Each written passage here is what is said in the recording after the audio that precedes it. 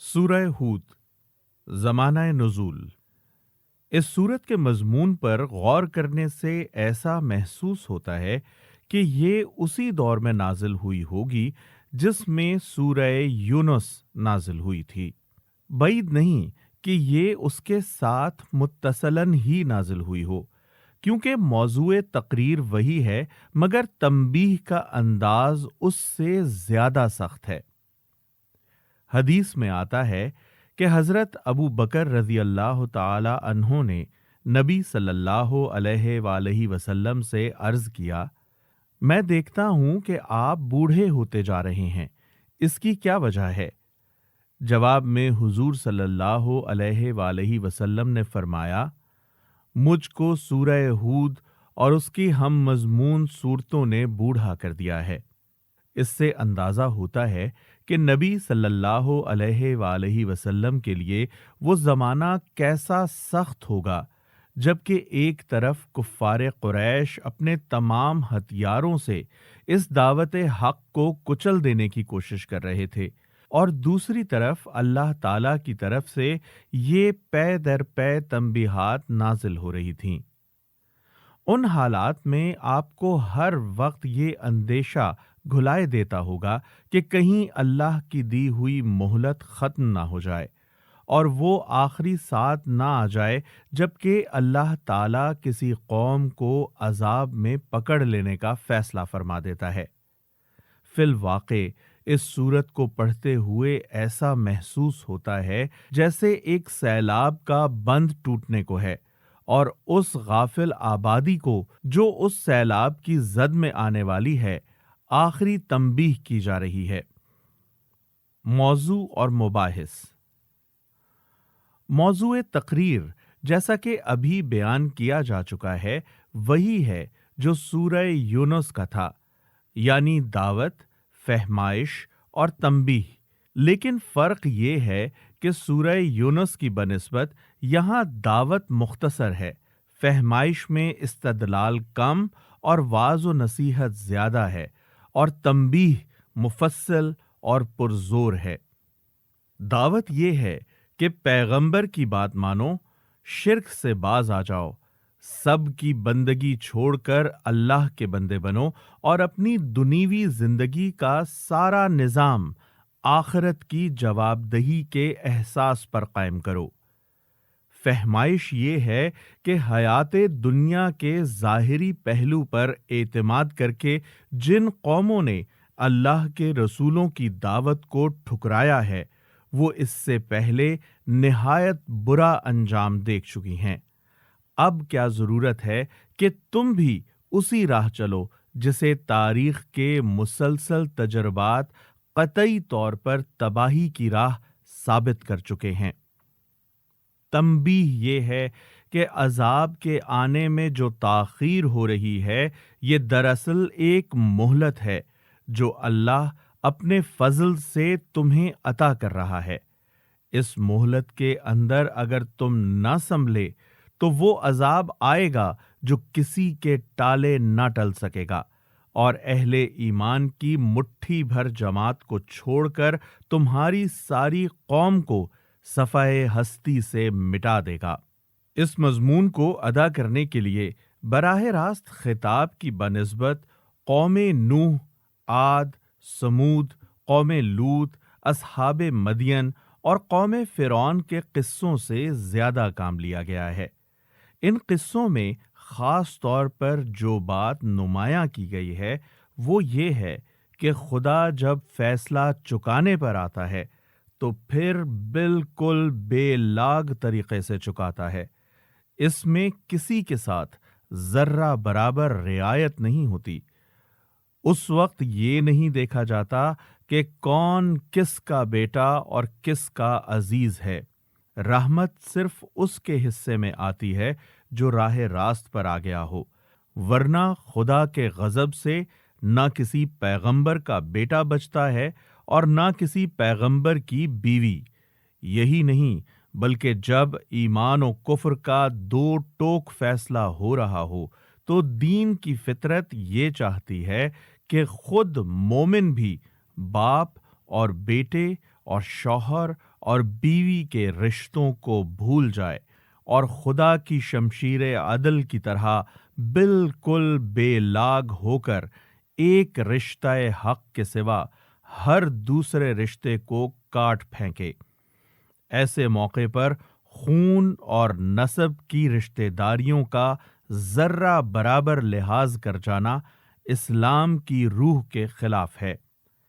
یہی وہ تعلیم تھی جس کا پورا پورا مظاہرہ 3-4 سال بعد مکے کے مہاجر مسلمانوں نے جنگ بدر میں کر کے دکھا دیا۔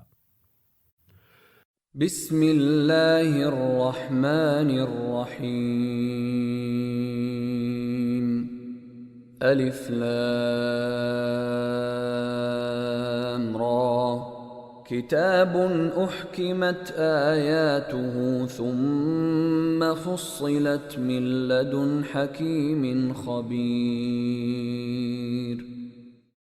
اللہ کے نام سے جو بے انتہا مہربان اور رحم فرمانے والا ہے۔ الف لام را، فرمان ہے جس کی آیتیں پختہ اور مفصل ارشاد ہوئی ہیں، ایک دانا اور باخبر ہستی کی طرف سے۔ کتاب کا ترجمہ یہاں انداز بیان کی مناسبت سے فرمان کیا گیا ہے۔ عربی زبان میں یہ لفظ کتاب اور نوشتے ہی کے معنی میں نہیں آتا، بلکہ حکم اور فرمان شاہی کے معنی میں بھی آتا ہے، اور خود قرآن میں متعدد مواقعوں پر یہ لفظ اسی معنی میں مستعمل ہوا ہے۔ اللہ تعبدوا الا اللہ اننی لکم منہ نذیر وبشیر، کہ تم نہ بندگی کرو مگر صرف اللہ کی، میں اس کی طرف سے تم کو خبردار کرنے والا بھی ہوں اور بشارت دینے والا بھی۔ وَأَنِ اسْتَغْفِرُوا رَبَّكُمْ ثُمَّ تُوبُوا إِلَيْهِ يُمَتِّعْكُمْ مَتَاعًا حَسَنًا إِلَى أَجَلٍ مُّسَمًّى وَيُؤْتِ كُلَّ ذِي فَضْلٍ فَضْلَهُ وَإِن تَوَلَّوْا فَإِنِّي اخاف علیکم عذاب یوم کبیر۔ اور یہ کہ تم اپنے رب سے معافی چاہو اور اس کی طرف پلٹ آؤ تو وہ ایک مدت خاص تک تم کو اچھا سامان زندگی دے گا۔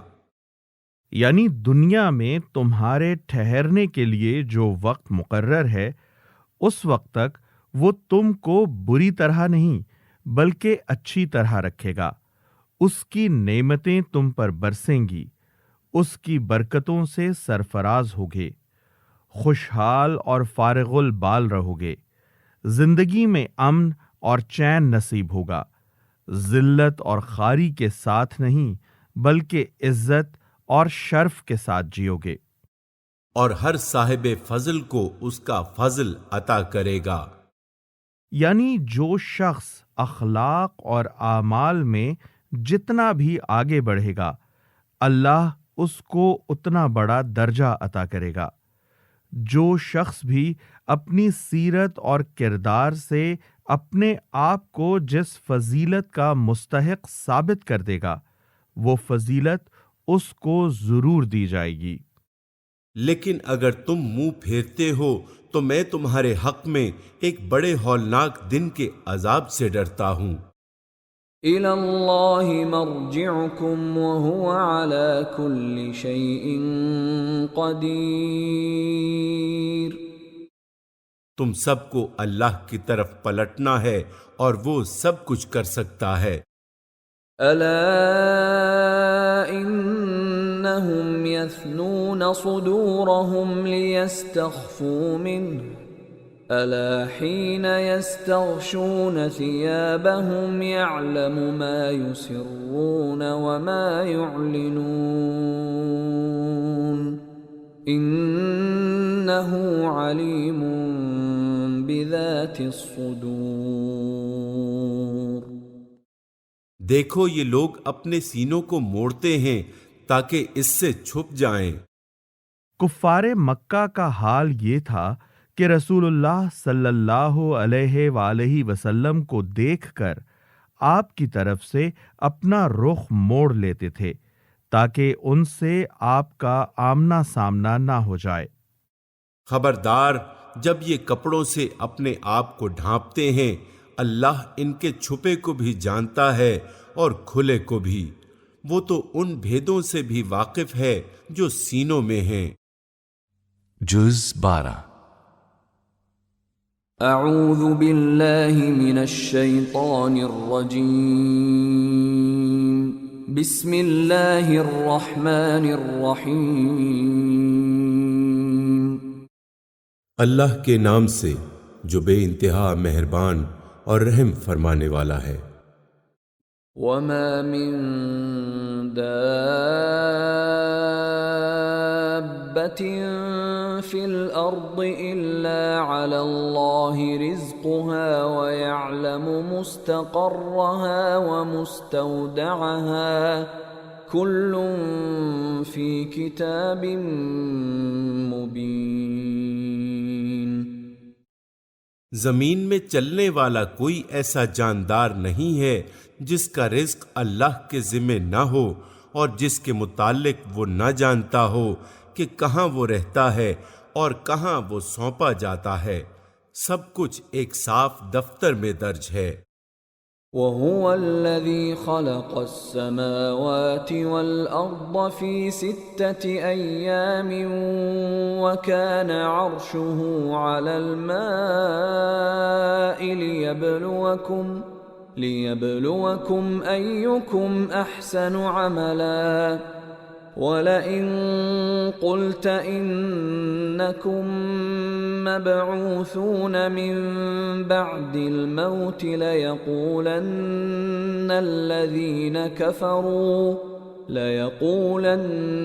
الَّذِينَ كَفَرُوا إِنْ هَذَا إِلَّا سِحْرٌ مُبِينٌ۔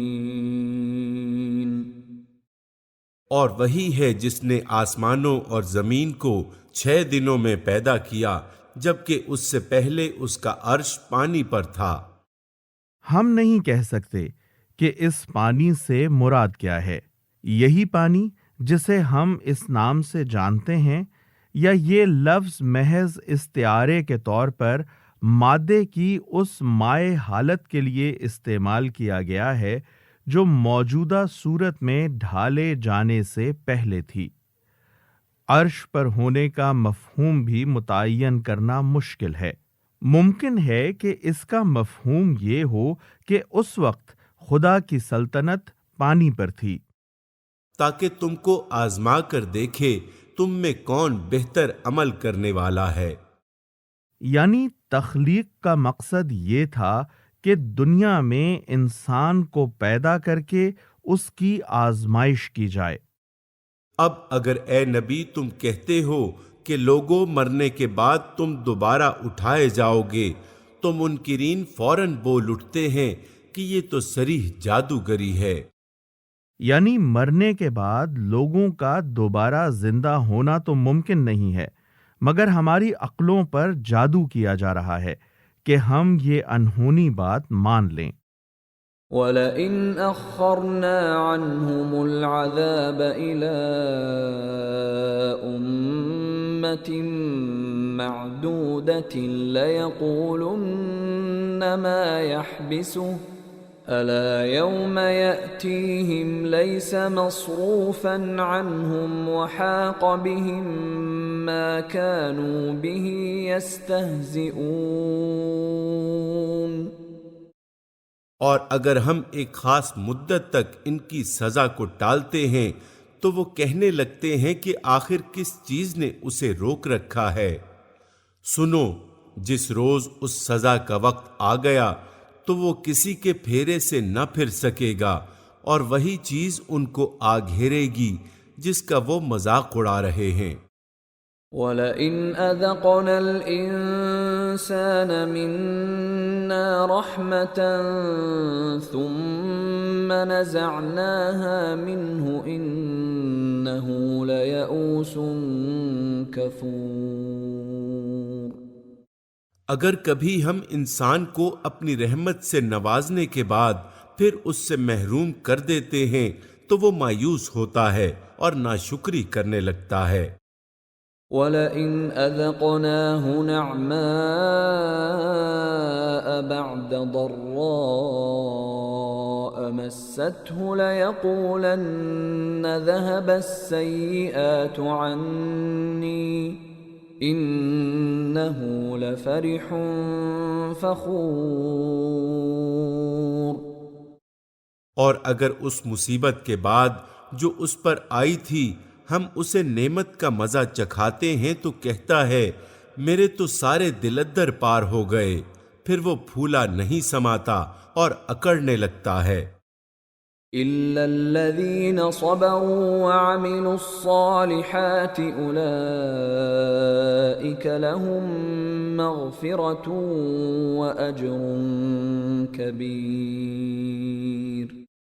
اس عیب سے پاک اگر کوئی ہیں تو بس وہ لوگ جو صبر کرنے والے اور نیکوکار ہیں، اور وہی ہیں جن کے لیے درگزر بھی ہے اور بڑا اجر بھی۔ فَلَعَلَّكَ تَارِكٌ بَعْضَ مَا يُوحَىٰ إِلَيْكَ وَضَائِقٌ بِهِ صَدْرُكَ أن يقولوا لولا أنزل عليه كنز أو جاء معه ملك إنما أنت نذير والله على كل شيء وكيل۔ تو اے پیغمبر کہیں ایسا نہ ہو کہ تم ان چیزوں میں سے کسی چیز کو بیان کرنے سے چھوڑ دو جو تمہاری طرف وحی کی جاتی ہیں، اور اس بات پر دل تنگ ہو کہ وہ کہیں گے اس شخص پر کوئی خزانہ کیوں نہ اتارا گیا، یا یہ کہ اس کے ساتھ کوئی فرشتہ کیوں نہ آیا۔ تم تو محض خبردار کرنے والے ہو، آگے ہر چیز کا حوالہ دار اللہ ہے۔ أَمْ يَقُولُونَ افْتَرَاهُ قُلْ فَأْتُوا بِعَشْرِ سُوَرٍ مِثْلِهِ مُفْتَرَيَاتٍ وَادْعُوا مَنِ اسْتَطَعْتُم مِّن دُونِ اللَّهِ إِن كُنتُمْ صَادِقِينَ۔ کیا یہ کہتے ہیں کہ پیغمبر نے یہ کتاب خود گھڑ لی ہے؟ کہو اچھا یہ بات ہے تو اس جیسی گھڑی ہوئی 10 صورتیں تم بنا لاؤ، اور اللہ کے سوا اور جو جو تمہارے معبود ہیں ان کو مدد کے لیے بلا سکتے ہو تو بلا لو، اگر تم انہیں معبود سمجھنے میں سچے ہو۔ فَإِن لَّمْ يَسْتَجِيبُوا لَكُمْ فَاعْلَمُوا أَنَّمَا أُنزِلَ بِعِلْمِ اللَّهِ وَأَن لَّا إِلَٰهَ إِلَّا هُوَ فَهَلْ أَنتُم مُّسْلِمُونَ۔ اب اگر وہ تمہارے معبود تمہاری مدد کو نہیں پہنچتے تو جان لو کہ یہ اللہ کے علم سے نازل ہوئی ہے، اور یہ کہ اللہ کے سوا کوئی حقیقی معبود نہیں ہے۔ پھر کیا تم اس امر حق کے آگے سر تسلیم خم کرتے ہو؟ من كان يريد الحياة الدنيا وزينتها نوفِ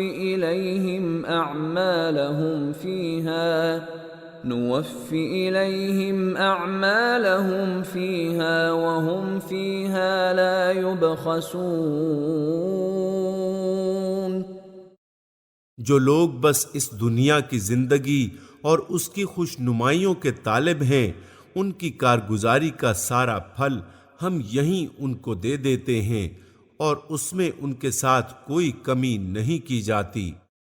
أولئك الذين ليس لهم في الآخرة إلا النار وحبط ما صنعوا فيها وباطل ما كانوا يعملون۔ مگر آخرت میں ایسے لوگوں کے لیے آگ کے سوا کچھ نہیں ہے۔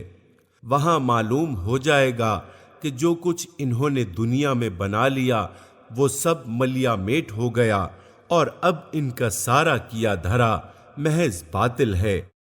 أفمن كان على بينة من ربه ويتلوه شاهد منه ومن قبله كتاب موسى إماما ورحمة أولئك يؤمنون به ومن يكفر به من الأحزاب فالنار موعده فلا تك في مرية منه إنه الحق من ربك ولكن أكثر الناس لا يؤمنون۔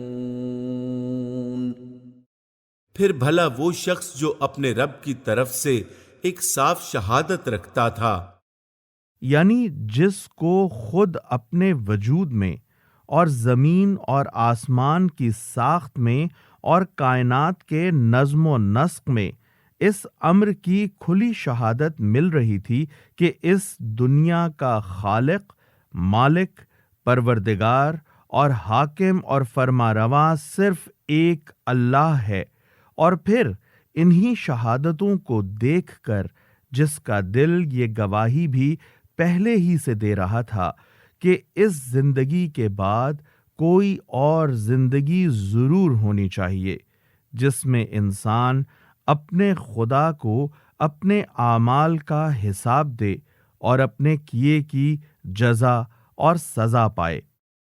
اس کے بعد ایک گواہ بھی پروردگار کی طرف سے اس شہادت کی تائید میں آ گیا، یعنی قرآن جس نے آ کر اس فطری اور عقلی شہادت کی تائید کی اور اسے بتایا کہ فی الواقع حقیقت وہی ہے جس کا نشان آفاق و انفس کے آثار میں تو نے پایا ہے۔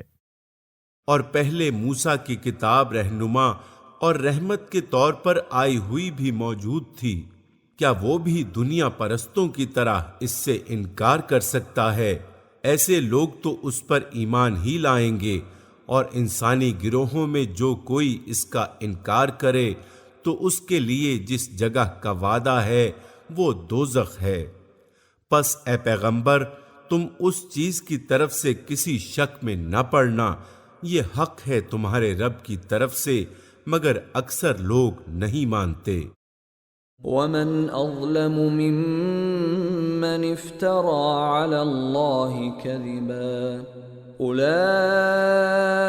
يعرضون على ربهم ويقول الأشهاد هؤلاء الذين كذبوا على ربهم ألا لعنة الله على الظالمين۔ اور اس شخص سے بڑھ کر ظالم اور کون ہوگا جو اللہ پر جھوٹ گھڑے، یعنی یہ کہے کہ اللہ کے ساتھ خدائی اور استحقاق بندگی میں دوسرے بھی شریک ہیں، یا یہ کہے کہ خدا کو اپنے بندوں کی ہدایت اور ضلالت سے کوئی دلچسپی نہیں ہے، اور اس نے کوئی کتاب اور کوئی نبی ہماری ہدایت کے لیے نہیں بھیجا ہے، بلکہ ہمیں آزاد چھوڑ دیا ہے کہ جو ڈھنگ چاہیں اپنی زندگی کا اختیار کر لیں، یا یہ کہے کہ خدا نے ہمیں یوں ہی کھیل کے طور پر پیدا کیا اور یوں ہی ہم کو ختم کر دے گا۔ کوئی جواب دہی ہمیں اس کے سامنے نہیں کرنی ہے، اور کوئی جزا اور سزا نہیں ہونی ہے۔ ایسے لوگ اپنے رب کے حضور پیش ہوں گے اور گواہ شہادت دیں گے کہ یہ ہیں وہ لوگ جنہوں نے اپنے رب پر جھوٹ گھڑا تھا۔ سنو، خدا کی لعنت ہے ظالموں پر۔ انداز بیان سے ظاہر ہے کہ یہ بات آخرت میں ان کی پیشی کے موقع پر کہی جائے گی۔ الذين يصدون عن سبيل الله ويبغونها عوجا وهم بالآخرة هم كافرون۔ ان ظالموں پر جو خدا کے راستے سے لوگوں کو روکتے ہیں، اس کے راستے کو ٹیڑھا کرنا چاہتے ہیں اور آخرت کا انکار کرتے ہیں۔ أولئك لم يكونوا معجزين في الأرض وما كان لهم من دون الله من أولياء يضاعف لهم العذاب ما كانوا يستطيعون السمع وما كانوا يبصرون۔ وہ زمین پر اللہ کو بے بس کرنے والے نہ تھے اور نہ اللہ کے مقابلے میں کوئی ان کا حامی تھا۔ انہیں اب دوہرا عذاب دیا جائے گا۔ وہ نہ کسی کے سن ہی سکتے تھے اور نہ خود ہی انہیں کچھ سوجتا تھا۔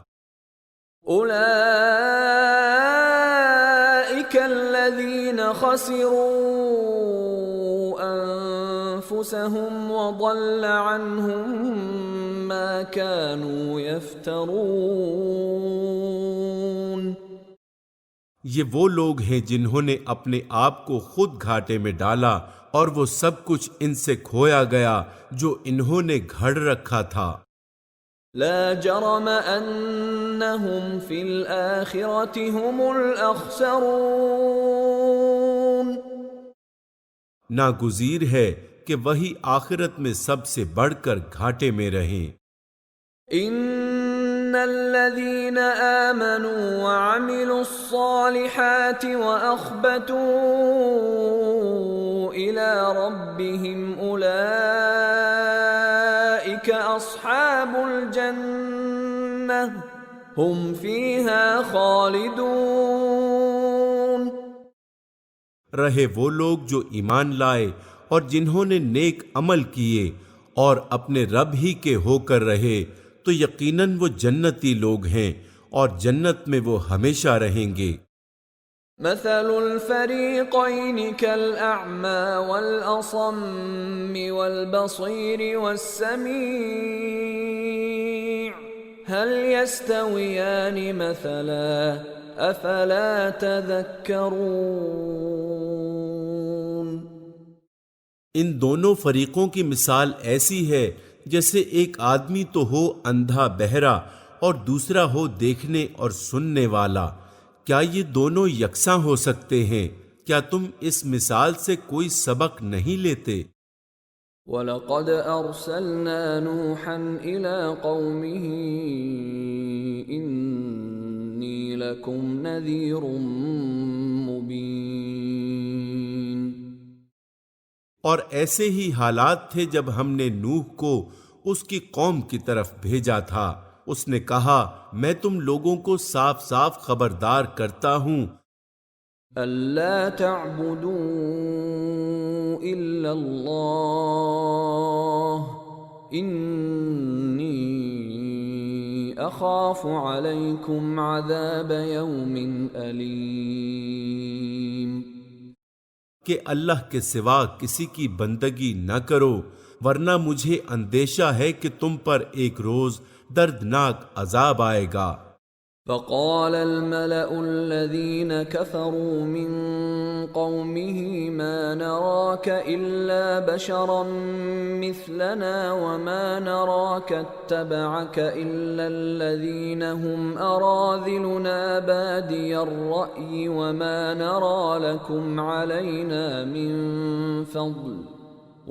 نرى لكم علينا من فضل بل نظنكم كاذبين۔ جواب میں اس کی قوم کے سردار جنہوں نے اس کی بات ماننے سے انکار کیا تھا بولے، ہماری نظر میں تو تم اس کے سوا کچھ نہیں ہو کہ بس ایک انسان ہو ہم جیسے، اور ہم دیکھ رہے ہیں کہ ہماری قوم میں سے بس ان لوگوں نے جو ہمارے ہاں اراذل تھے بے سوچے سمجھے تمہاری پیروی اختیار کر لی ہے، اور ہم کوئی چیز بھی ایسی نہیں پاتے جس میں تم لوگ ہم سے کچھ بڑھے ہوئے ہو، بلکہ ہم تو تمہیں جھوٹا سمجھتے ہیں۔ قال يا قوم أرأيتم إن كنت على بينة من ربي وآتاني رحمة من عنده فعميت عليكم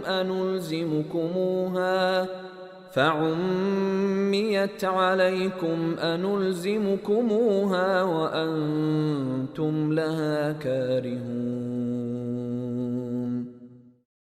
اس نے کہا، اے برادران قوم، ذرا سوچو تو صحیح کہ اگر میں اپنے رب کی طرف سے ایک کھلی شہادت پر قائم تھا، پھر اس نے مجھ کو اپنی خاص رحمت سے بھی نواز دیا، مگر وہ تم کو نظر نہ آئی، تو آخر ہمارے پاس کیا ذریعہ ہے کہ تم ماننا نہ چاہو اور ہم زبردستی اس کو تمہارے سر چپیک دیں۔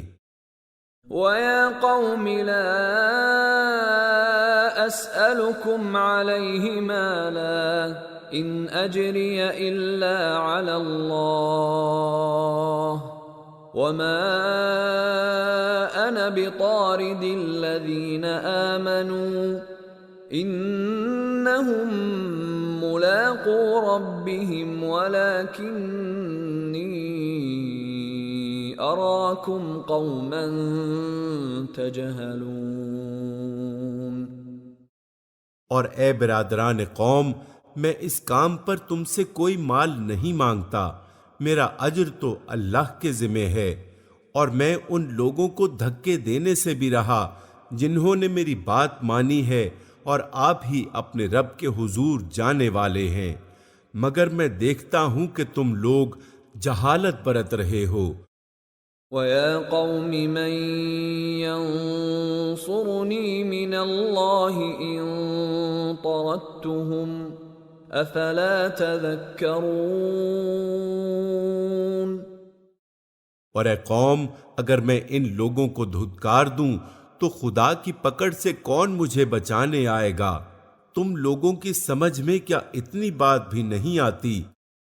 وَلَا أَقُولُ لَكُمْ عِندِي خَزَائِنُ اللَّهِ وَلَا أَعْلَمُ الْغَيْبَ وَلَا أَقُولُ إِنِّي مَلَكٌ وَلَا أَقُولُ لِلَّذِينَ تَزْدَرِي أَعْيُنُكُمْ لَن يُؤْتِيَهُمُ اللَّهُ خَيْرًا اللَّهُ أَعْلَمُ بِمَا فِي أَنفُسِهِمْ إِنِّي إِذًا لَّمِنَ الظَّالِمِينَ۔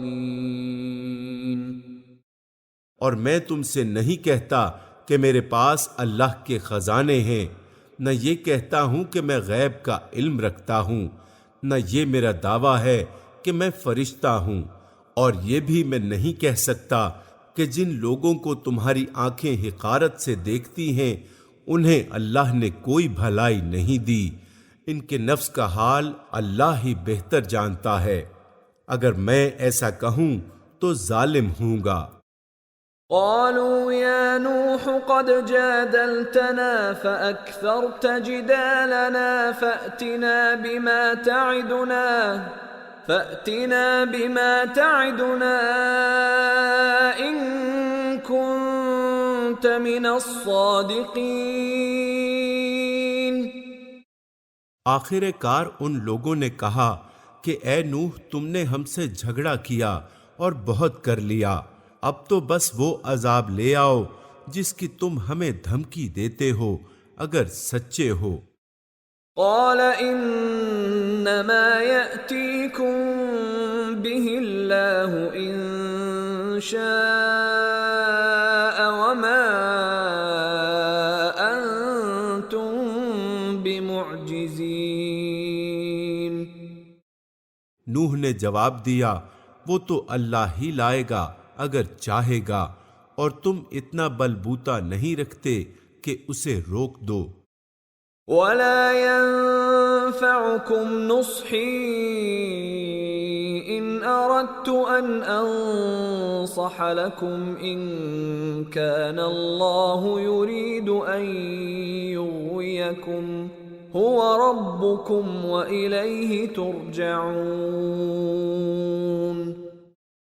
اب اگر میں تمہاری کچھ خیر خواہی کرنا بھی چاہوں تو میری خیر خواہی تمہیں کوئی فائدہ نہیں دے سکتی، جبکہ اللہ ہی نے تمہیں بھٹکا دینے کا ارادہ کر لیا ہو. وہی تمہارا رب ہے اور اسی کی طرف تمہیں پلٹنا ہے. یعنی اگر اللہ نے تمہاری ہٹ دھرمی، شرپسندی اور خیر سے بے رغبتی دیکھ کر یہ فیصلہ کر لیا ہے کہ تمہیں راست روی کی توفیق نہ دے اور جن راہوں میں تم خود بھٹکنا چاہتے ہو انہی میں تم کو بھٹکا دے، تو اب تمہاری بھلائی کے لیے میری کوئی کوشش کارگر نہیں ہو سکتی. ام یقولون افتراہ قل ان افتریته فعلی اجرامی وانا بریء مما تجرمون. اے نبی، کیا یہ لوگ کہتے ہیں کہ اس شخص نے یہ سب کچھ خود گھڑ لیا ہے؟ ان سے کہو اگر میں نے یہ خود گھڑا ہے تو مجھ پر اپنے جرم کی ذمہ داری ہے، اور جو جرم تم کر رہے ہو اس کی ذمہ داری سے میں بری ہوں. وَأُوحِيَ إِلَى نُوحٍ أَنَّهُ لَن يُؤْمِنَ مِن قَوْمِكَ إِلَّا مَن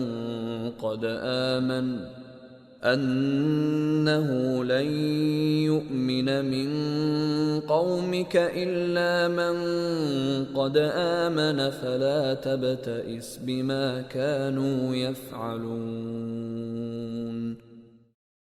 نوح پر وحی کی گئی کہ تمہاری قوم میں سے جو لوگ ایمان لا چکے بس وہ لا چکے، اب کوئی ماننے والا نہیں ہے. ان کے کرتوتوں پر غم کھانا چھوڑ دو. وَاصْنَعِ الْفُلْكَ بِأَعْيُنِنَا وَوَحْيِنَا وَلَا تُخَاطِبْنِي فِي الَّذِينَ ظَلَمُوا إِنَّهُمْ مُغْرَقُونَ.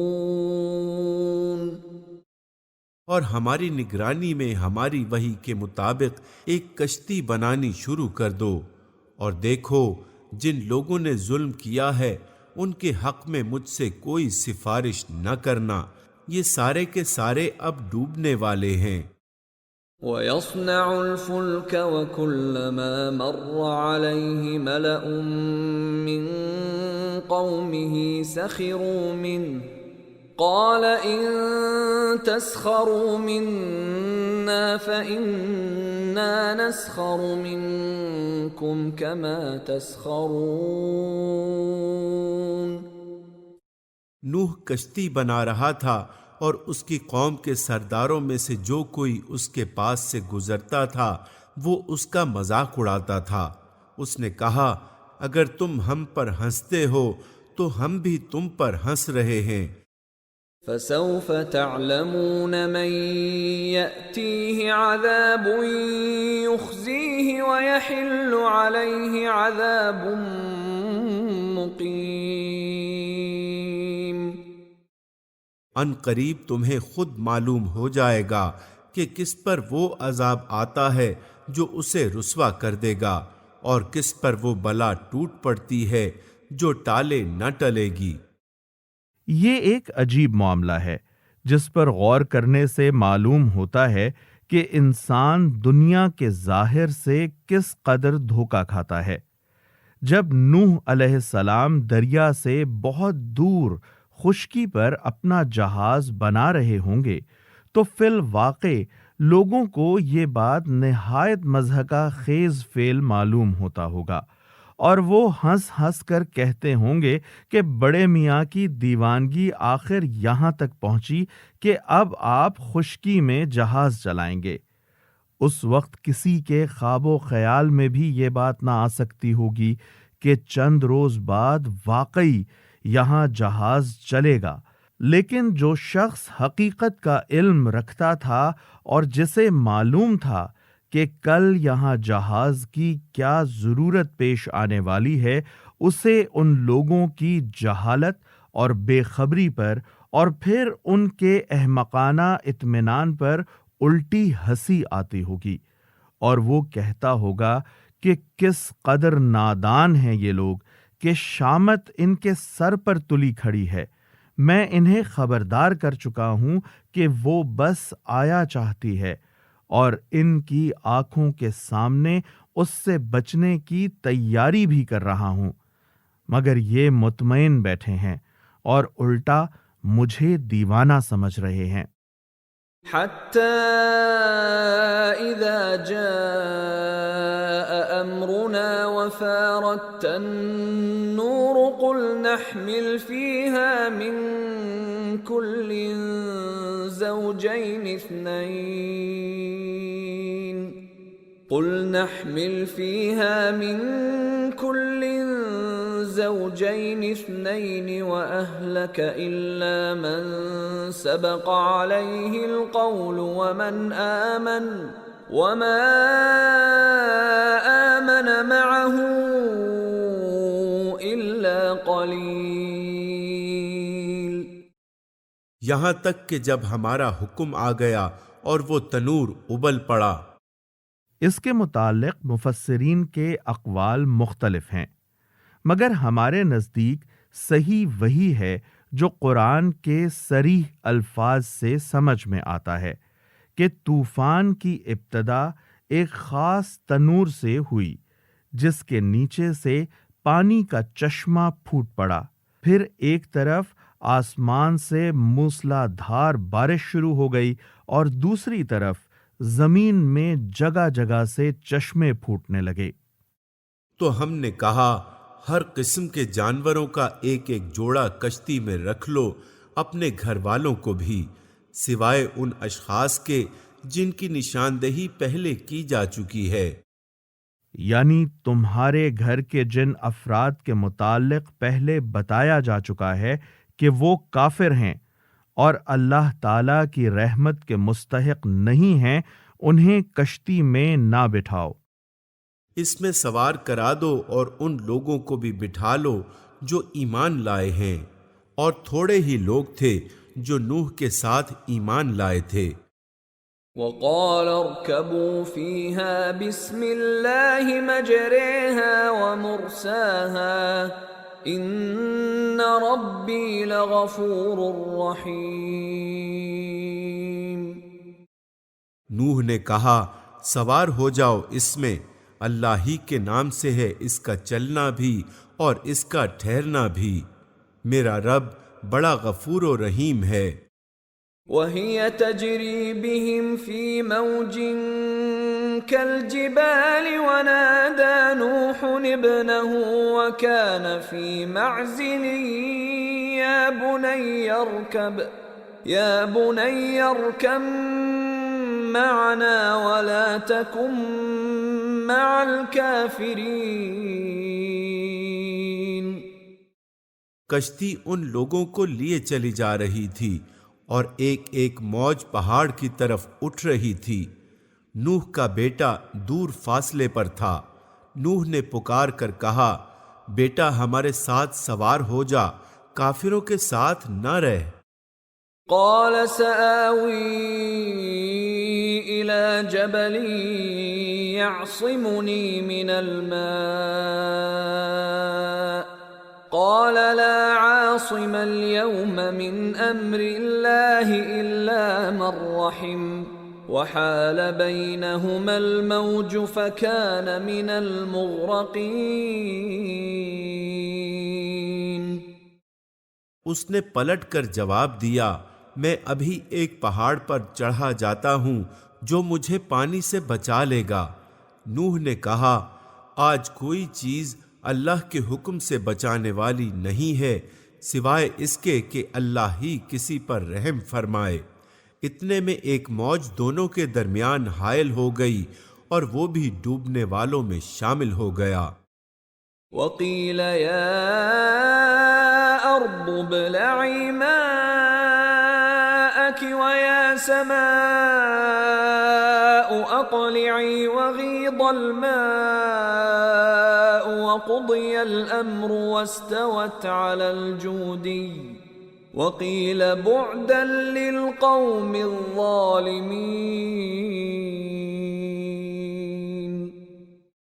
حکم ہوا اے زمین اپنا سارا پانی نگل جا اور اے آسمان رک جا، چنانچہ پانی زمین میں بیٹھ گیا، فیصلہ چکا دیا گیا، کشتی جودی پر ٹک گئی اور کہہ دیا گیا کہ دور ہوئی ظالموں کی قوم۔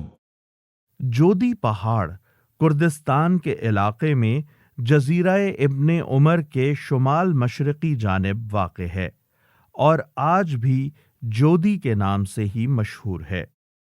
ونادى نوح ربه فقال رب إن ابني من أهلي وإن وعدك الحق وأنت أحكم الحاكمين۔ نوح نے اپنے رب کو پکارا، کہا اے رب میرا بیٹا میرے گھر والوں میں سے ہے اور تیرا وعدہ سچا ہے اور تو سب حاکموں سے بڑا اور بہتر حاکم ہے۔ قال يا نوح إنه ليس من أهلك إنه عمل غير صالح فلا تسألني ما ليس لك به علم إني أعظك أن تكون من الجاهلين۔ جواب میں ارشاد ہوا اے نوح وہ تیرے گھر والوں میں سے نہیں ہے، وہ تو ایک بگڑا ہوا کام ہے۔ یہ ایسا ہی ہے جیسے ایک شخص کے جسم کا کوئی عضو سڑ گیا ہو اور ڈاکٹر نے اس کو کاٹ پھینکنے کا فیصلہ کیا ہو۔ اب وہ مریض ڈاکٹر سے کہتا ہے کہ یہ تو میرے جسم کا ایک حصہ ہے، اسے کیوں کاٹتے ہو؟ اور ڈاکٹر اس کے جواب میں کہتا ہے کہ یہ تمہارے جسم کا حصہ نہیں ہے بلکہ یہ سڑ چکا ہے۔ پس ایک صالح باپ سے اس کے نالائق بیٹے کے بارے میں یہ کہنا کہ یہ بگڑا ہوا کام ہے، اس کا مطلب یہ ہے کہ تم نے اسے پرورش کرنے میں جو محنت کی وہ ضائع ہو گئی اور یہ کام بگڑ گیا۔ لہذا تو اس بات کی مجھ سے درخواست نہ کر جس کی حقیقت تو نہیں جانتا۔ میں تجھے نصیحت کرتا ہوں کہ اپنے آپ کو جاہلوں کی طرح نہ بنا لے۔ قال رب انی اعوذ بک ان اسألک ما لیس لی به علم وَإِلَّا تَغْفِرْ لِي وَتَرْحَمْنِي أَكُن مِّنَ الْخَاسِرِينَ۔ نوح نے فوراً عرض کیا اے میرے رب میں تیری پناہ مانگتا ہوں اس سے کہ وہ چیز تجھ سے مانگوں جس کا مجھے علم نہیں، یعنی ایسی درخواست کروں جس کے صحیح ہونے کا مجھے علم نہیں ہے۔ اگر تو نے مجھے معاف نہ کیا اور رحم نہ فرمایا تو میں برباد ہو جاؤں گا۔ قیل یا نوح اہبط بسلام منا وبرکات علیک وعلی ممن معک وَأُمَمٌ سَنُمَتِّعُهُمْ ثُمَّ يَمَسُّهُم مِّنَّا عَذَابٌ أَلِيمٌ۔ حکم ہوا اے نوح اتر جا، ہماری طرف سے سلامتی اور برکتیں ہیں تجھ پر اور ان گروہوں پر جو تیرے ساتھ ہیں، اور کچھ گروہ ایسے بھی ہیں جن کو ہم کچھ مدت سامان زندگی بخشیں گے، پھر انہیں ہماری طرف سے دردناک عذاب پہنچے گا۔ تلك من انباء الغیب نوحیها الیک ما كنت تعلمها انت ولا قومك من قبل هذا فاصبر ان العاقبۃ للمتقین۔ اے نبی، یہ غیب کی خبریں ہیں جو ہم تمہاری طرف وحی کر رہے ہیں، اس سے پہلے نہ تم ان کو جانتے تھے اور نہ تمہاری قوم، پس صبر کرو، انجام کار متقیوں ہی کے حق میں ہے۔ یعنی جس طرح نوح علیہ السلام اور ان کے ساتھیوں ہی کا آخر کار بول بالا ہوا، اسی طرح تمہارا اور تمہارے ساتھیوں کا بھی ہوگا۔ لہٰذا اس وقت جو مصائب اور شدائد تم پر گزر رہے ہیں ان سے بددل نہ ہو، بلکہ ہمت اور صبر کے ساتھ اپنا کام کیے چلے جاؤ۔ وَإِلَى عَادٍ أَخَاهُمْ هُودًا قَالَ يَا قَوْمِ اعْبُدُوا اللَّهَ مَا لَكُمْ مِنْ إِلَٰهٍ غَيْرُهُ إِنْ أَنْتُمْ إِلَّا مُفْتَرُونَ۔ اور عاد کی طرف ہم نے ان کے بھائی ہود کو بھیجا، اس نے کہا، اے برادران قوم، اللہ کی بندگی کرو، تمہارا کوئی خدا اس کے سوا نہیں ہے، تم نے محض جھوٹ گھڑ رکھے ہیں۔ یا قوم لا اسألکم علیہ اجرا ان اجری الا علی الذی فطرنی افلا تعقلون۔ اے برادران قوم، اس کام پر میں تم سے کوئی اجر نہیں چاہتا، میرا اجر تو اس کے ذمے ہے جس نے مجھے پیدا کیا ہے، کیا تم عقل سے ذرا کام نہیں لیتے؟ وَيَا قَوْمِ اسْتَغْفِرُوا رَبَّكُمْ ثُمَّ تُوبُوا إِلَيْهِ يُرْسِلِ السَّمَاءَ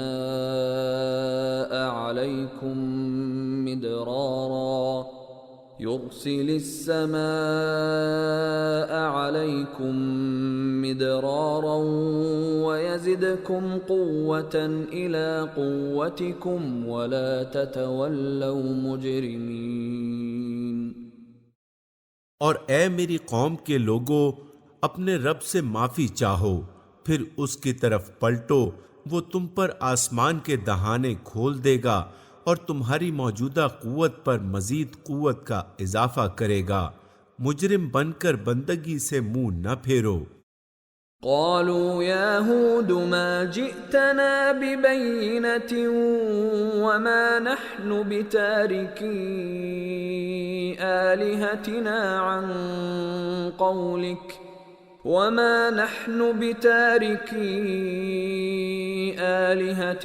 عن قولك وما نحن لك بمؤمنين۔ انہوں نے جواب دیا، اے ہود، تو ہمارے پاس کوئی سری شہادت لے کر نہیں آیا ہے، اور تیرے کہنے سے ہم اپنے معبودوں کو نہیں چھوڑ سکتے، اور تجھ پر ہم ایمان لانے والے نہیں ہیں۔ إن نقول إلا اعتراك بعض آلهتنا بسوء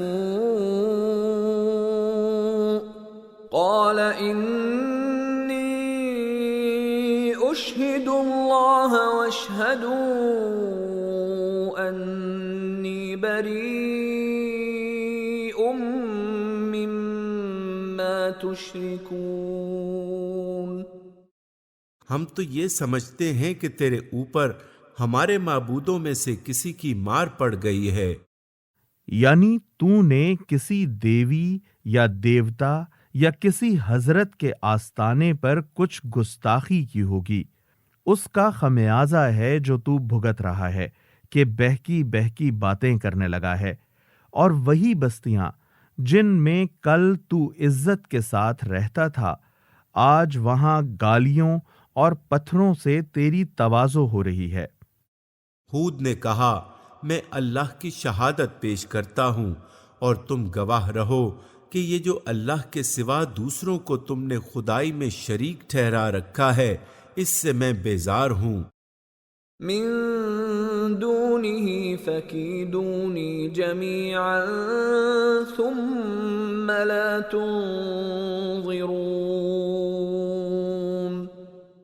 تم سب کے سب مل کر میرے خلاف اپنی کرنی میں کسر نہ اٹھا رکھو اور مجھے ذرا مہلت نہ دو۔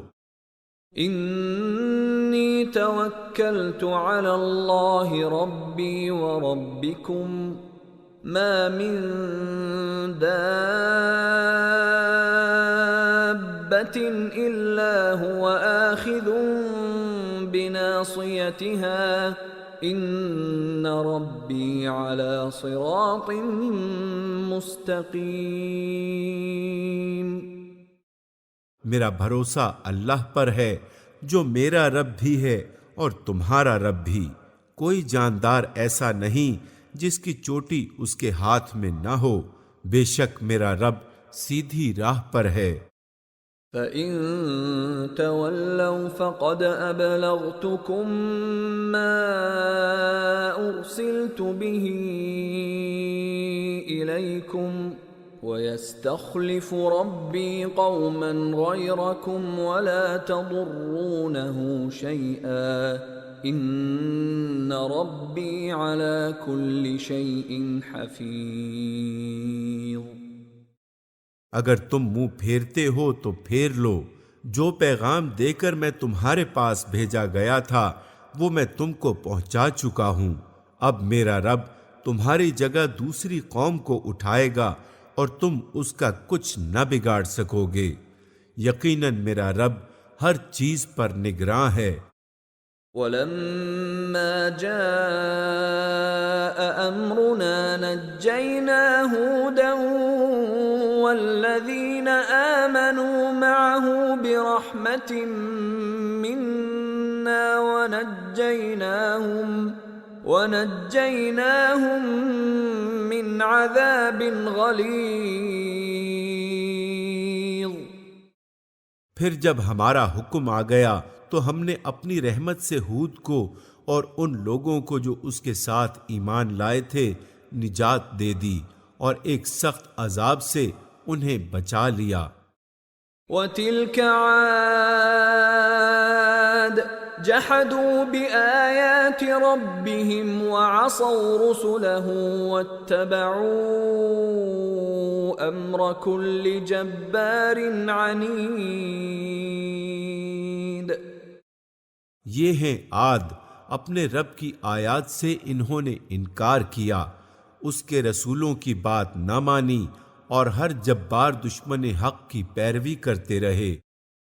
وَأُتْبِعُوا فِي هَذِهِ الدُّنْيَا لَعْنَةً وَيَوْمَ الْقِيَامَةِ أَلَا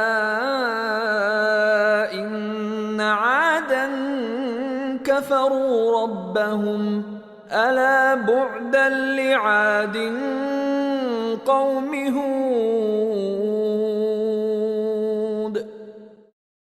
آخر کار اس دنیا میں بھی ان پر پھٹکار پڑی اور قیامت کے روز بھی۔ سنو، عاد نے اپنے رب سے کفر کیا۔ سنو، دور پھینک دیے گئے عاد، ہود کی قوم کے لوگ۔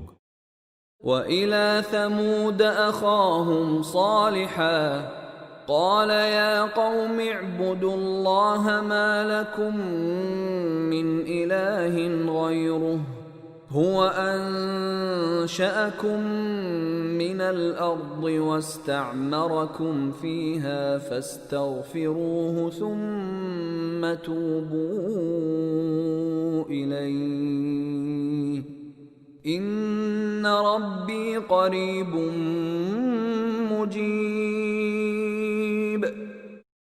اور سمود کی طرف ہم نے ان کے بھائی صالح کو بھیجا۔ اس نے کہا، اے میری قوم کے لوگو، اللہ کی بندگی کرو، اس کے سوا تمہارا کوئی خدا نہیں ہے، وہی ہے جس نے تم کو زمین سے پیدا کیا ہے اور یہاں تم کو بسایا ہے، لہٰذا تم اس سے معافی چاہو اور اس کی طرف پلٹ آؤ، یقیناً میرا رب قریب ہے اور وہ دعاؤں کا جواب دینے والا ہے۔ اس مختصر سے فقرے میں حضرت صالح علیہ السلام نے شرک کے سارے کاروبار کی جڑ کاٹ دی ہے۔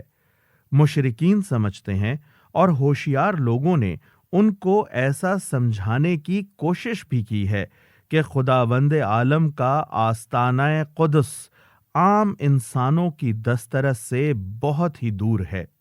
اس کے دربار تک بھلا عام آدمی کی پہنچ کیسے ہو سکتی ہے؟ وہاں تک دعاؤں کا پہنچنا اور پھر ان کا جواب ملنا تو کسی طرح ممکن ہی نہیں ہو سکتا جب تک کہ پاک روحوں کا وسیلہ نہ ڈھونڈا جائے اور ان مذہبی منصبداروں کی خدمت نہ حاصل کی جائیں جو اوپر تک نظریں، نیازیں اور عرضیاں پہنچانے کے ڈھب جانتے ہیں۔ یہی وہ غلط فہمی ہے جس نے بندے اور خدا کے درمیان بہت سے چھوٹے بڑے معبودوں اور سفارشیوں کا ایک جم غفیر کھڑا کر دیا۔ حضرت صالح علیہ السلام جاہلیت کے اس پورے طلسم کو صرف 2 لفظوں سے توڑ پھینکتے ہیں، ایک یہ کہ اللہ قریب ہے، دوسرے یہ کہ وہ دعاؤں کا جواب دینے والا ہے۔ یعنی تمہارا یہ خیال بھی غلط ہے کہ وہ تم سے دور ہے، اور یہ بھی غلط ہے کہ تم براہ راست اس کو پکار کر اپنی دعاؤں کا جواب حاصل نہیں کر سکتے۔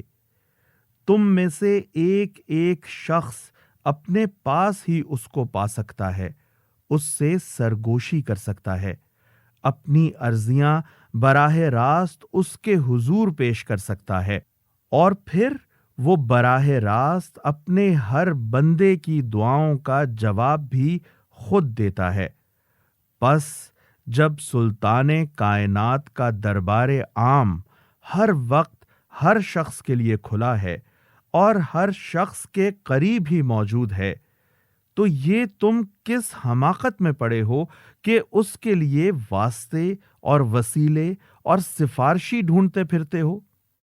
قالوا يا صالح قد كنت فينا مرجوا قبل هذا أتنهانا أن نعبد ما يعبد آباؤنا وإننا لفي شك مما تدعونا إليه مريب۔ انہوں نے کہا، اے صالح، اس سے پہلے تو ہمارے درمیان ایسا شخص تھا جس سے بڑی توقعات وابستہ تھیں، کیا تو ہمیں ان معبودوں کی پرستش سے روکنا چاہتا ہے جس کی پرستش ہمارے باپ دادا کرتے تھے؟ تو جس طریقے کی طرف ہمیں بلا رہا ہے اس کے بارے میں ہم کو سخت شبہ ہے جس نے ہمیں خلجان میں ڈال رکھا ہے۔ قال يا قوم أرأيتم إن كنت على بينة من ربي وآتاني منه رحمة فمن ينصرني من الله إن عصيته فما تزيدونني غير تخسير۔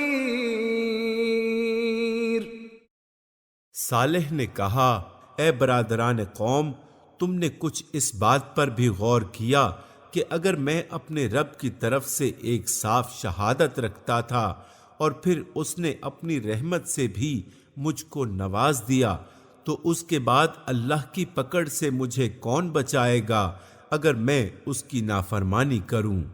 تم میرے کس کام آ سکتے ہو سوائے اس کے کہ مجھے اور زیادہ خسارے میں ڈال دو۔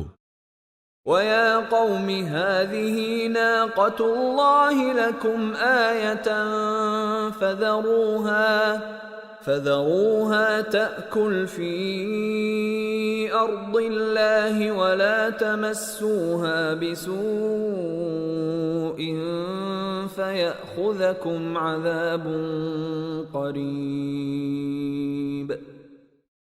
اور اے میری قوم کے لوگو، دیکھو یہ اللہ کی اونٹنی تمہارے لیے ایک نشانی ہے، اسے خدا کی زمین میں چرنے کے لیے آزاد چھوڑ دو، اس سے ذرا تعرض نہ کرنا، ورنہ کچھ زیادہ دیر نہ گزرے گی کہ تم پر خدا کا عذاب آ جائے گا۔ فعقروها فقال تمتعوا في داركم 3 أيام ذلك وعد غير مكذوب۔ مگر انہوں نے اونٹنی کو مار ڈالا، اس پر صالح نے ان کو خبردار کر دیا کہ بس 3 دن اپنے گھروں میں اور رہ بس لو، یہ ایسی میعاد ہے جو جھوٹی ثابت نہ ہوگی۔ فلما جاء أمرنا نجينا صالحا والذين آمنوا معه برحمة منا ومن خزي يومئذ إن ربك هو القوي العزيز۔ آخر کار جب ہمارے فیصلے کا وقت آ گیا تو ہم نے اپنی رحمت سے صالح کو اور ان لوگوں کو جو اس کے ساتھ ایمان لائے تھے بچا لیا، اور اس دن کی رسوائی سے ان کو محفوظ رکھا۔ بے شک تیرا رب ہی دراصل طاقتور اور بالادست ہے۔ وَأَخَذَ الَّذِينَ ظَلَمُوا الصَّيْحَةُ فَأَصْبَحُوا فِي دِيَارِهِمْ جَاثِمِينَ۔ رہے وہ لوگ جنہوں نے ظلم کیا تھا تو ایک سخت دھماکے نے ان کو دھر لیا، اور وہ اپنی بستیوں میں اس طرح بے حس و حرکت پڑے کے پڑے رہ گئے۔ كَأَن لَّمْ يَغْنَوْا فِيهَا أَلَا إِنَّ ثَمُودَ كَفَرُوا رَبَّهُمْ أَلَا بُعْدًا لِثَمُودَ۔ کہ گویا وہ وہاں کبھی بسے ہی نہ تھے۔ سنو، سمود نے اپنے رب سے کفر کیا، سنو، دور پھینک دیے گئے سمود۔ وَلَقَدْ جَاءَتْ رُسُلُنَا إِبْرَاهِيمَ بِالْبُشْرَى قَالُوا سَلَامًا قَالَ سَلَامٌ فَمَا لَبِثَ أَن جَاءَ بِعِجْلٍ حَنِيذٍ۔ اور دیکھو، ابراہیم کے پاس ہمارے فرشتے خوشخبری لیے ہوئے پہنچے، کہا تم پر سلام ہو۔ ابراہیم نے جواب دیا تم پر بھی سلام ہو۔ پھر کچھ دیر نہ گزری کہ ابراہیم ایک بھنا ہوا بچڑا ان کی ضیافت کے لیے لے آیا۔ اس سے معلوم ہوا کہ فرشتے حضرت ابراہیم علیہ السلام کے ہاں انسانی صورت میں پہنچے تھے، اور ابتداً انہوں نے اپنا تعارف نہیں کرایا تھا، اس لیے حضرت ابراہیم علیہ السلام نے خیال کیا کہ یہ کوئی اجنبی مہمان ہیں، اور ان کے آتے ہی فوراً ان کی ضیافت کا انتظام فرمایا۔ فَلَمَّا رَأَىٰ أَيْدِيَهُمْ لَا تَصِلُ إِلَيْهِ نَكِرَهُمْ وَأَوْجَسَ مِنْهُمْ خِيفَةً قَالُوا لَا تَخَفْ إِنَّا أُرْسِلْنَا إِلَىٰ قَوْمِ لُوطٍ۔ مگر جب دیکھا کہ ان کے ہاتھ کھانے پر نہیں بڑھتے، اس سے حضرت ابراہیم علیہ السلام کو معلوم ہوا کہ یہ فرشتے ہیں، تو وہ ان سے مشتبہ ہو گیا اور دل میں ان سے خوف محسوس کرنے لگا۔ انہوں نے کہا ڈرو نہیں، ہم تو لوط کی قوم کی طرف بھیجے گئے ہیں۔ وَامْرَأَتُهُ قَائِمَةٌ فَضَحِكَتْ فَبَشَّرْنَاهَا بِإِسْحَاقَ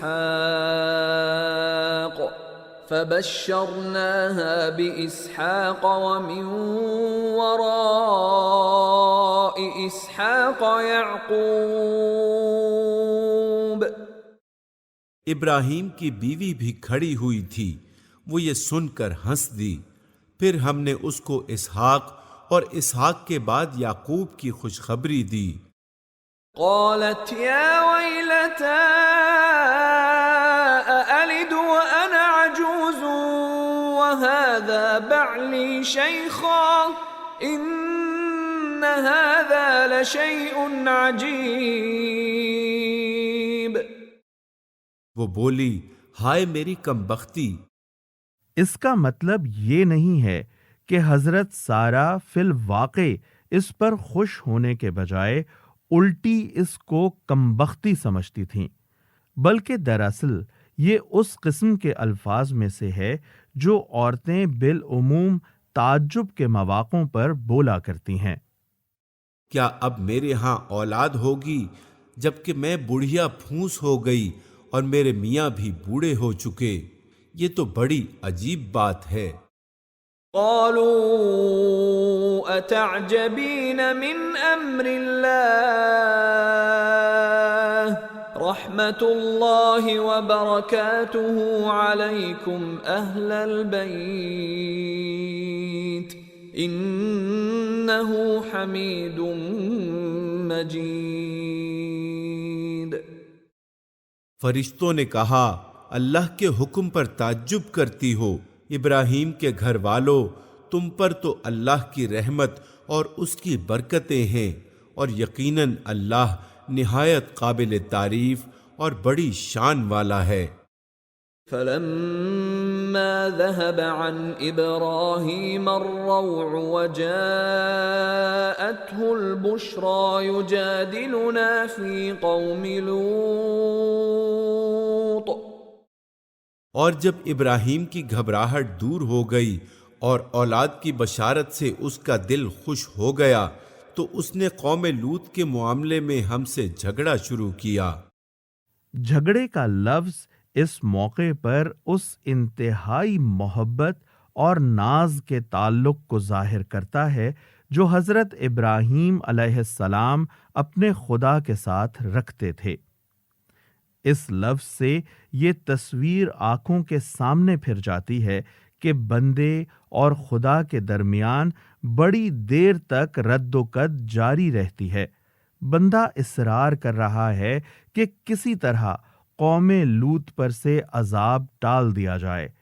خدا جواب میں کہہ رہا ہے کہ یہ قوم اب خیر سے بالکل خالی ہو چکی ہے اور اس کے جرائم اس حد تک گزر چکے ہیں کہ اس کے ساتھ کوئی رعایت کی جا سکے، مگر بندہ ہے کہ پھر بھی یہی کہے جاتا ہے کہ پروردگار اگر تھوڑی سی بھلائی بھی اس میں باقی ہو تو اسے اور ذرا مہلت دے دے، شاید کہ وہ بھلائی پھل لے آئے۔ ان ابراہیم لحلیم اواہ منیب. حقیقت میں ابراہیم بڑا حلیم اور نرم دل آدمی تھا اور ہر حال میں ہماری طرف رجوع کرتا تھا۔ یا ابراہیم اعرض عن هذا انه قد جاء امر ربك وانهم آتيهم عذاب غیر مردود. آخر کار ہمارے فرشتوں نے اس سے کہا، اے ابراہیم اس سے باز آ جاؤ کہ تمہارے رب کا حکم ہو چکا ہے اور اب ان لوگوں پر وہ عذاب آ کر رہے گا جو کسی کے پھیرے نہیں پھر سکتا۔ وَلَمَّا جَاءَتْ رُسُلُنَا لُوطًا سِيءَ بِهِمْ وَضَاقَ بِهِمْ ذَرْعًا وَقَالَ هَذَا يَوْمٌ عَصِيبٌ. اور جب ہمارے فرشتے لوط کے پاس پہنچے تو ان کی آمد سے وہ بہت گھبرایا اور دل تنگ ہوا اور کہنے لگا کہ آج بڑی مصیبت کا دن ہے۔ یہ فرشتے خوبصورت لڑکوں کی شکل میں حضرت لوط علیہ السلام کے ہاں پہنچے تھے، اور وہ اس بات سے بے خبر تھے کہ یہ فرشتے ہیں۔ یہی سبب تھا کہ ان مہمانوں کی آمد سے آپ کو سخت پریشانی اور دلی تنگی لاحق ہوئی۔ اپنی قوم کو جانتے تھے کہ وہ کیسی بد کردار اور کتنی بے حیا ہو چکی ہے۔ وجاءه قومه يهرعون إليه ومن قبل كانوا يعملون السيئات قال يا قوم هؤلاء بناتي هن أطهر لكم فاتقوا الله ولا تخزون في ضيفي أليس منكم رجل رشيد۔ ان مہمانوں کا آنا تھا کہ اس کی قوم کے لوگ بے اختیار اس کے گھر کی طرف دوڑ پڑے۔ پہلے سے وہ ایسی ہی بدکاریوں کے خوگر تھے۔ لوط نے ان سے کہا، بھائیو، یہ میری بیٹیاں موجود ہیں، یہ تمہارے لیے پاکیزہ تر ہیں، کچھ خدا کا خوف کرو اور میرے مہمانوں کے معاملے میں مجھے ذلیل نہ کرو۔ کیا تم میں کوئی بھلا آدمی نہیں ہے؟ اس کا مطلب یہ نہیں ہے کہ حضرت لوط علیہ السلام نے ان کے سامنے اپنی بیٹیوں کو زنا کے لیے پیش کیا تھا۔ یہ تمہارے لیے پاکیزہ تر ہیں کا فقرہ ایسا غلط مفہوم لینے کی کوئی گنجائش نہیں چھوڑتا۔ حضرت لوط علیہ السلام کا منشا صاف طور پر یہ تھا کہ اپنی شہوت نفس کو اس فطری اور جائز طریقے سے پورا کرو جو اللہ نے مقرر کیا ہے، اور اس کے لیے عورتوں کی کمی نہیں ہے۔ قالوا لقد علمت ما لنا في بناتك من حق وإنك لتعلم ما نريد۔ انہوں نے جواب دیا، تجھے تو معلوم ہی ہے کہ تیری بیٹیوں میں ہمارا کوئی حصہ نہیں ہے، اور تو یہ بھی جانتا ہے کہ ہم چاہتے کیا ہیں۔ قال لو أن لي بكم قوة أو آوي إلى ركن شديد۔ لوط نے کہا، کاش میرے پاس اتنی طاقت ہوتی کہ تمہیں سیدھا کر دیتا، یا کوئی مضبوط سہارا ہی ہوتا کہ اس کی پناہ لیتا۔ قالوا يا لوط إنا رسل ربك لن يصلوا إليك فأسر بأهلك بقطع من الليل ولا يلتفت منكم أحد إلا امرأتك إنه مصيبها ما أصابهم إن موعدهم الصبح أليس الصبح بقريب۔ تب فرشتوں نے اس سے کہا کہ اے لوط، ہم تیرے رب کے بھیجے ہوئے فرشتے ہیں، یہ لوگ تیرا کچھ نہ بگاڑ سکیں گے، بس تو کچھ رات رہے اپنے اہل و عیال کو لے کر نکل جا، اور دیکھو تم میں سے کوئی شخص پیچھے پلٹ کر نہ دیکھے، مگر تیری بیوی ساتھ نہیں جائے گی، کیونکہ اس پر بھی وہی کچھ گزرنے والا ہے جو ان لوگوں پر گزرنا ہے۔ ان کی تباہی کے لیے صبح کا وقت مقرر ہے، صبح ہوتے اب دیر ہی کتنی ہے۔ فلما جاء أمرنا جعلنا عاليها سافلها وأمطرنا عليها حجارة من سجيل منضود۔ پھر جب ہمارے فیصلے کا وقت آ پہنچا تو ہم نے اس بستی کو تلپٹ کر دیا اور اس پر پکی ہوئی مٹی کے پتھر تابڑ توڑ برسائے۔ مسومة عند ربك وما هي من الظالمين ببعید۔ جن میں سے ہر پتھر تیرے رب کے ہاں نشان زدہ تھا، اور ظالموں سے یہ سزا کچھ دور نہیں ہے۔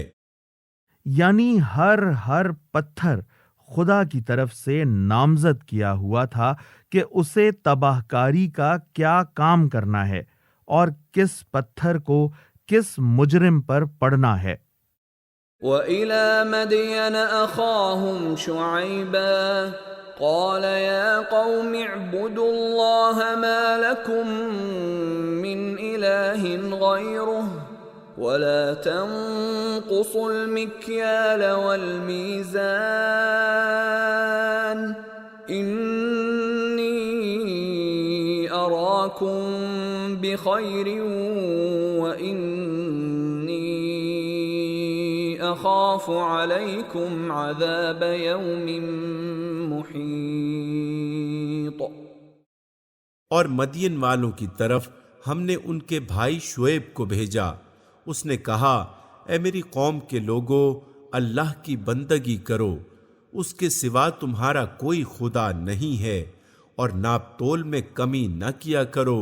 آج میں تم کو اچھے حال میں دیکھ رہا ہوں، مگر مجھے ڈر ہے کہ کل تم پر ایسا دن آئے گا جس کا عذاب سب کو گھیر لے گا۔ وَيَا قَوْمِ أَوْفُوا الْمِكْيَالَ وَالْمِيزَانَ بِالْقِسْطِ وَلَا تَبْخَسُوا النَّاسَ أَشْيَاءَهُمْ وَلَا تَعْثَوْا فِي الْأَرْضِ مُفْسِدِينَ۔ اور اے برادران قوم، ٹھیک ٹھیک انصاف کے ساتھ پورا ناپو اور تولو، اور لوگوں کو ان کی چیزوں میں گھاٹا نہ دیا کرو، اور زمین پر فساد نہ پھیلاتے پھرو۔ بقیت اللہ خیر لکم ان کنتم مؤمنین وما انا علیکم بحفیظ۔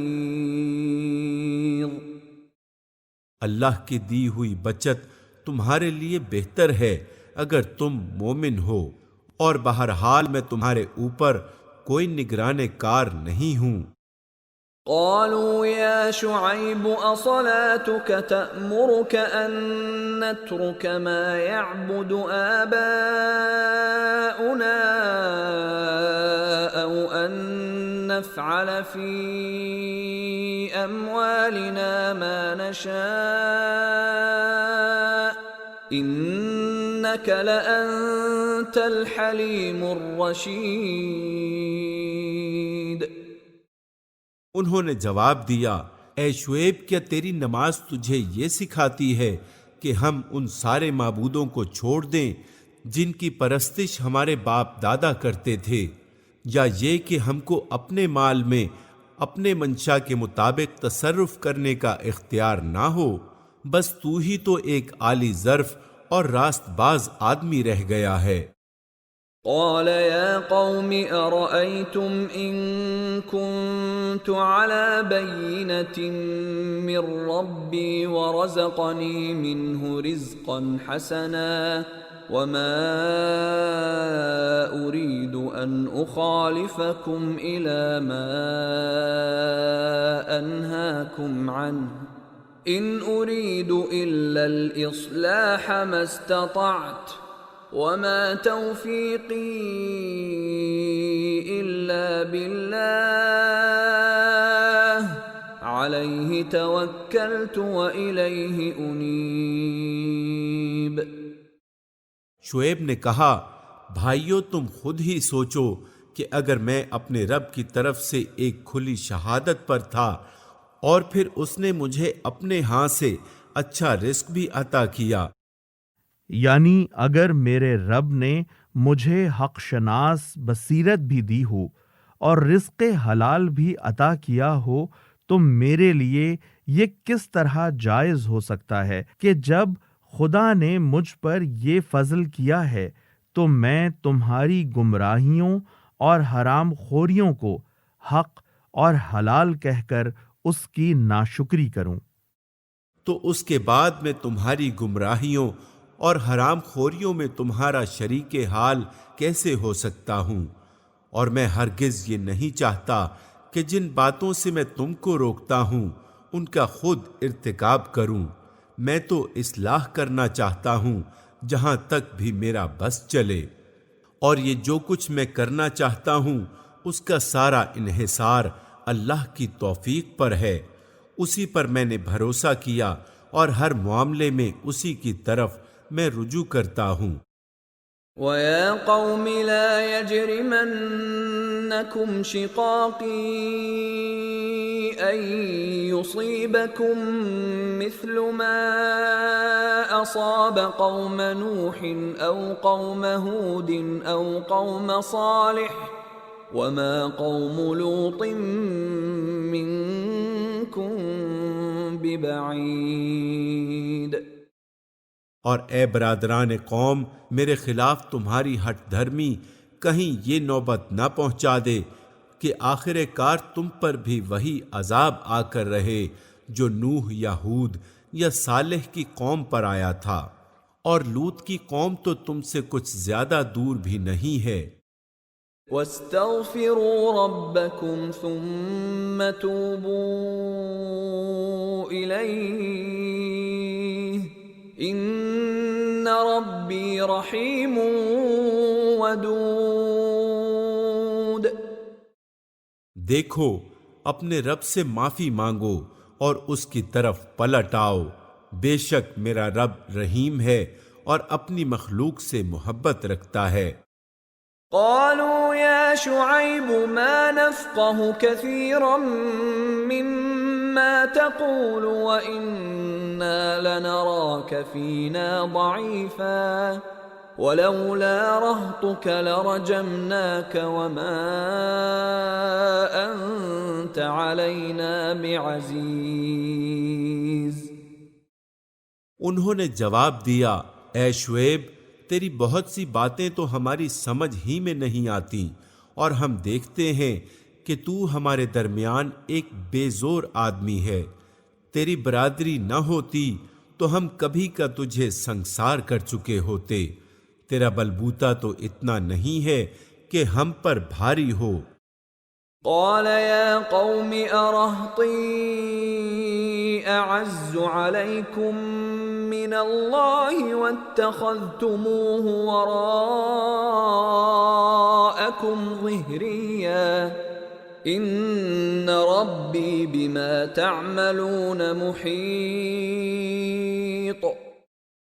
شعیب نے کہا، بھائیو، کیا میری برادری تم پر اللہ سے زیادہ بھاری ہے کہ تم نے برادری کا تو خوف کیا اور اللہ کو بالکل پسے پشت ڈال دیا؟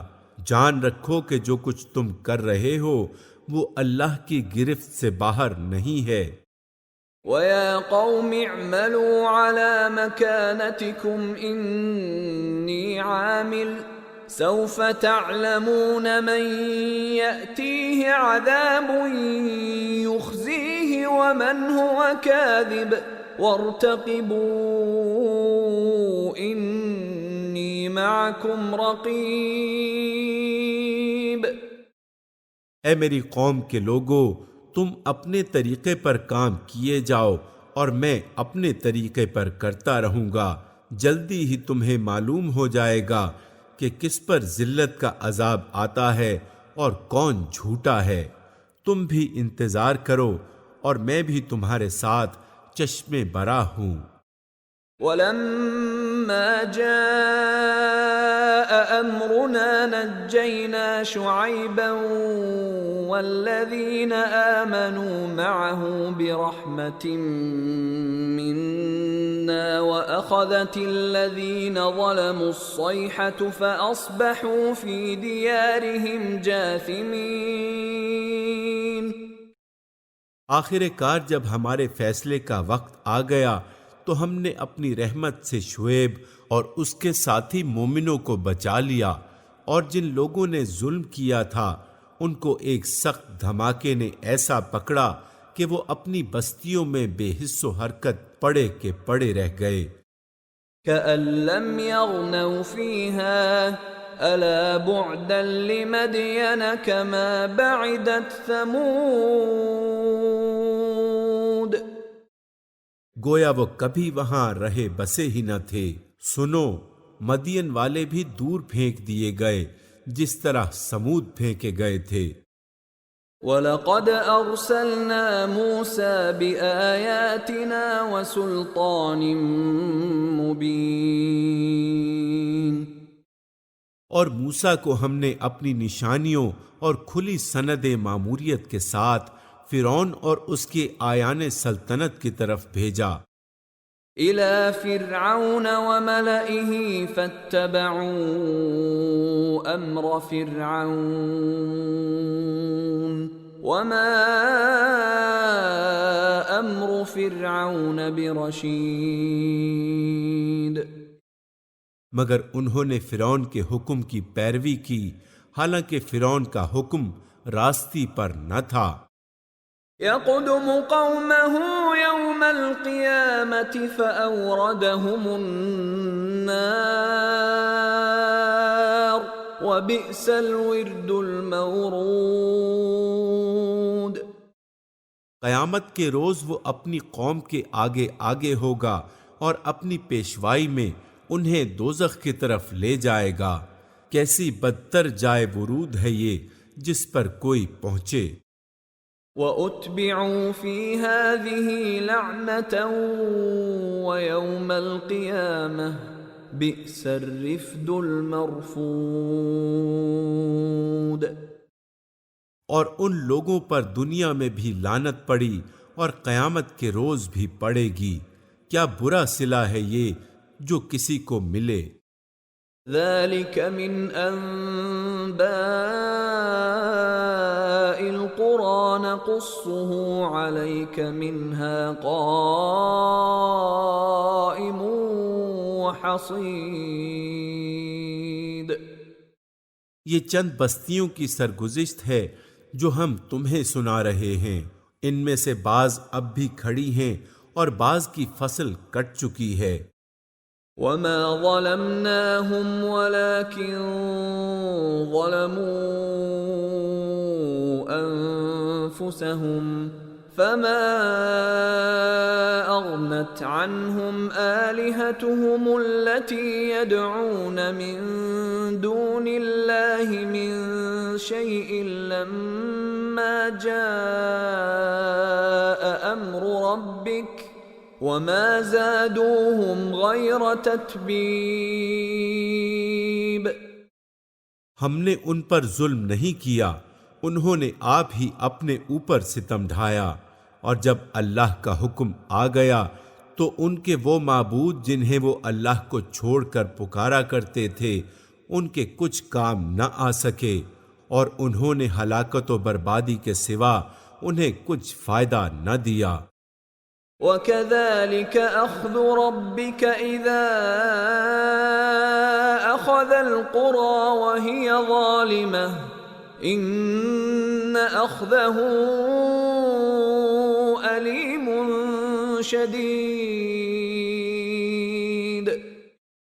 اور تیرا رب جب کسی ظالم بستی کو پکڑتا ہے تو پھر اس کی پکڑ ایسی ہی ہوا کرتی ہے، فی الواقع اس کی پکڑ بڑی سخت اور دردناک ہوتی ہے۔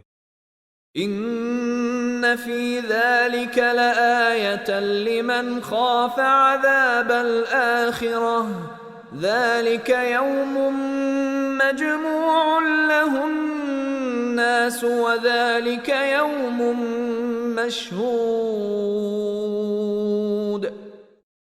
حقیقت یہ ہے کہ اس میں ایک نشانی ہے ہر اس شخص کے لیے جو عذاب آخرت کا خوف کرے، وہ ایک دن ہوگا جس میں سب لوگ جمع ہوں گے، اور پھر جو کچھ بھی اس روز ہوگا سب کی آنکھوں کے سامنے ہوگا۔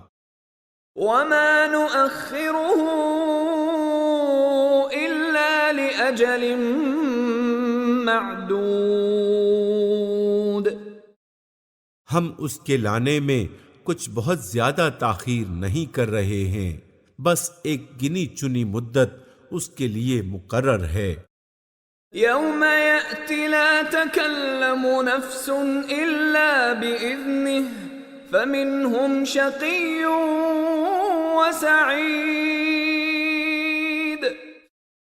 جب وہ آئے گا تو کسی کو بات کرنے کی مجال نہ ہوگی الا یہ کہ خدا کی اجازت سے کچھ عرض کرے.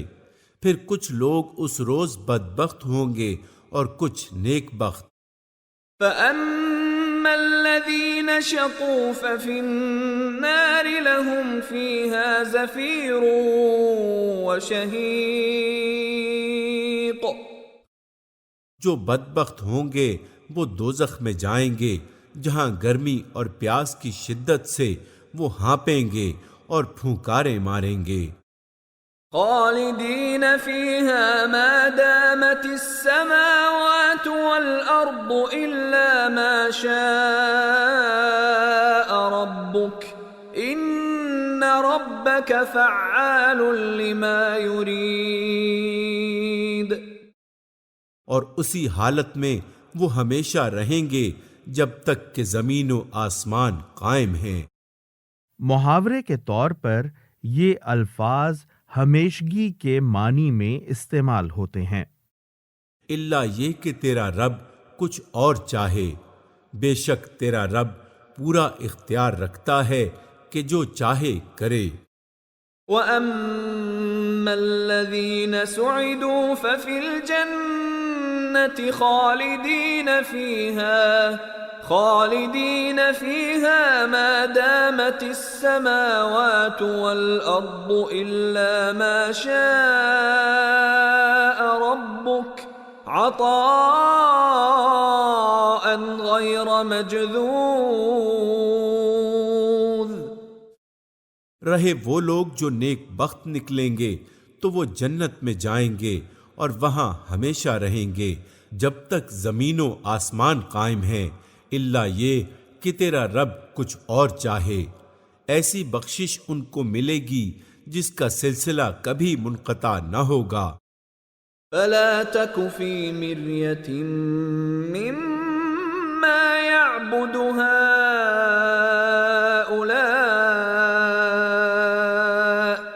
ما يعبدون إلا كما يعبد آباؤهم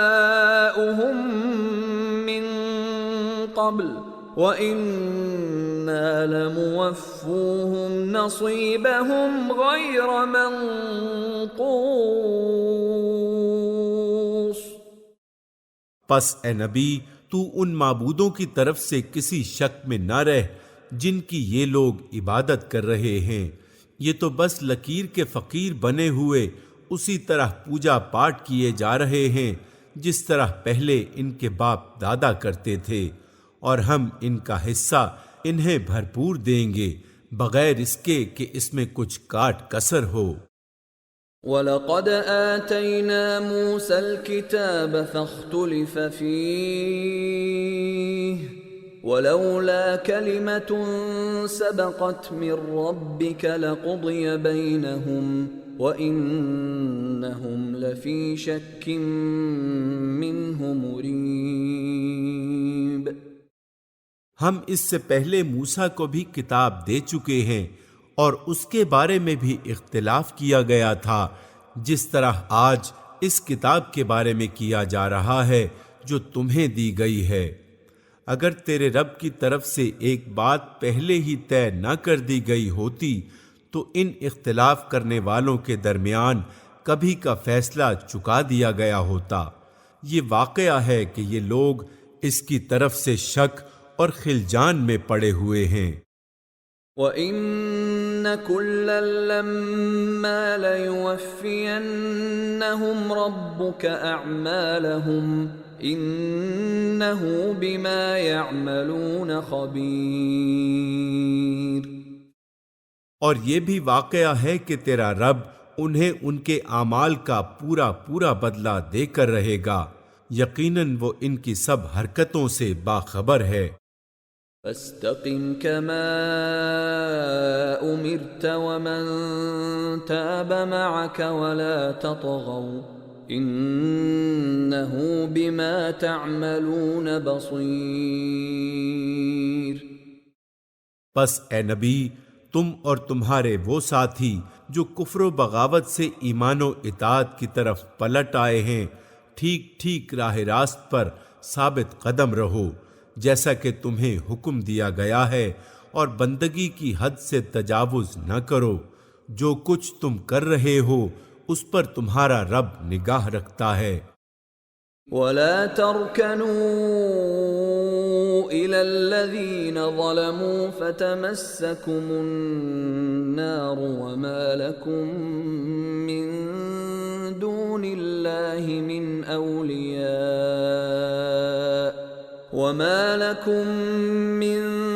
دون الله من أولياء ثم لا تنصرون۔